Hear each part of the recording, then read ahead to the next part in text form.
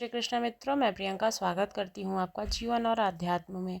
मित्रों, आज मैं कहानी लेके आई हूँ पुत्रादि एकादशी की। महाराज युधिष्ठिर ने पूछा कि हे भगवान, आपने सफला एकादशी का महत्व बताकर बड़ी ही कृपा की है। आप कृपया करके यह बताइए कि पौष शुक्ल एकादशी का क्या नाम है, उसकी विधि क्या है और उसमें कौन से देवता का पूजन किया जाता है। भक्त वत्सल भगवान श्री कृष्ण बोले, हे राजन, इस एकादशी का नाम पुत्रादि एकादशी है।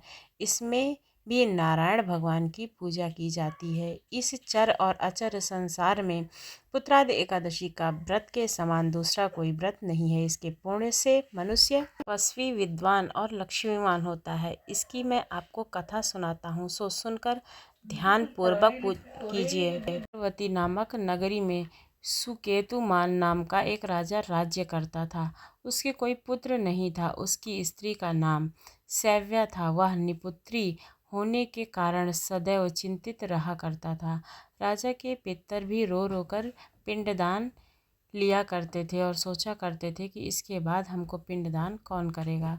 राजा को भाई, बांधव, धन, हाथी, घोड़े, राज्य और मंत्री, इन सब में से किसी से भी संतोष नहीं होता था। वह सदैव यही विचार करता था कि मेरे मरने के बाद मुझको कौन पिंडदान करेगा। बिना पुत्र के पितरों और देवताओं का ऋण मैं कैसे चुका सकूंगा। जिस घर में पुत्र ना हो उस घर में सदैव अंधेरा ही रहता है। इसलिए पुत्र उत्पत्ति के लिए प्रयत्न करना चाहिए। मनुष्य ने पुत्र का मुख देखा है, वह धन्य है।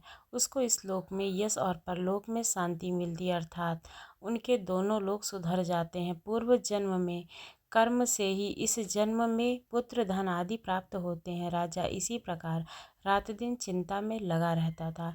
एक समय तो राजा ने अपने शरीर को त्याग देने का भी निश्चय किया, परंतु आत्मघात को महान पाप समझकर उसने ऐसा नहीं किया। एक दिन राजा ऐसा ही विचार करता हुआ अपने घोड़े पर चढ़कर वन को चल दिया तथा पक्षियों और वृक्षों को देखने लगा।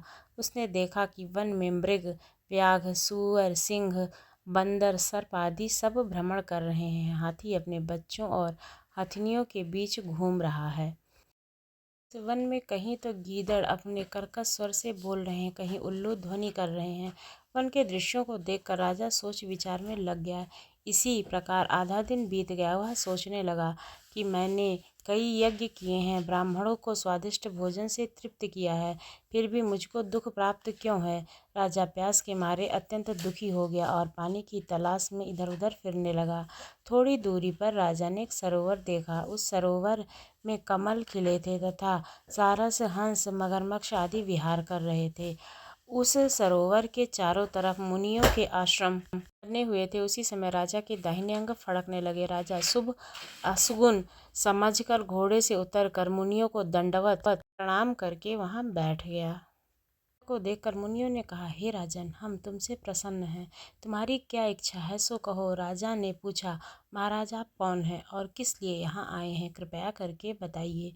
मुनि कहने लगे कि हे राजन, आज संतान देने वाली पुत्रादि एकादशी है। हम लोग विश्व देव हैं और इस सरोवर में स्नान करने के लिए आए हैं। यह सुनकर राजा कहने लगा कि महाराज, मेरे भी कोई संतान नहीं है। कि आप मुझ पर प्रसन्न हो तो एक पुत्र का वरदान दीजिए। मुनि बोले, हे राजन, आज पुत्रादि एकादशी है। आप अवश्य ही इस व्रत को धारण करें। भगवान की कृपा से अवश्य ही आपके पुत्र रत्न की प्राप्ति होगी। के वचन सुनकर राजा ने उसी दिन एकादशी का व्रत किया और द्वादशी को उसका पारण किया। उसके पश्चात मुनियों को प्रणाम करके महल में वापस आ गए।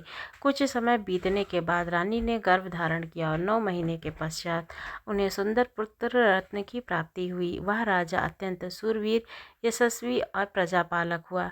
यह कहकर भगवान श्री कृष्ण बोले, हे राजन, पुत्र की प्राप्ति के लिए पुत्रादि एकादशी का व्रत करना चाहिए।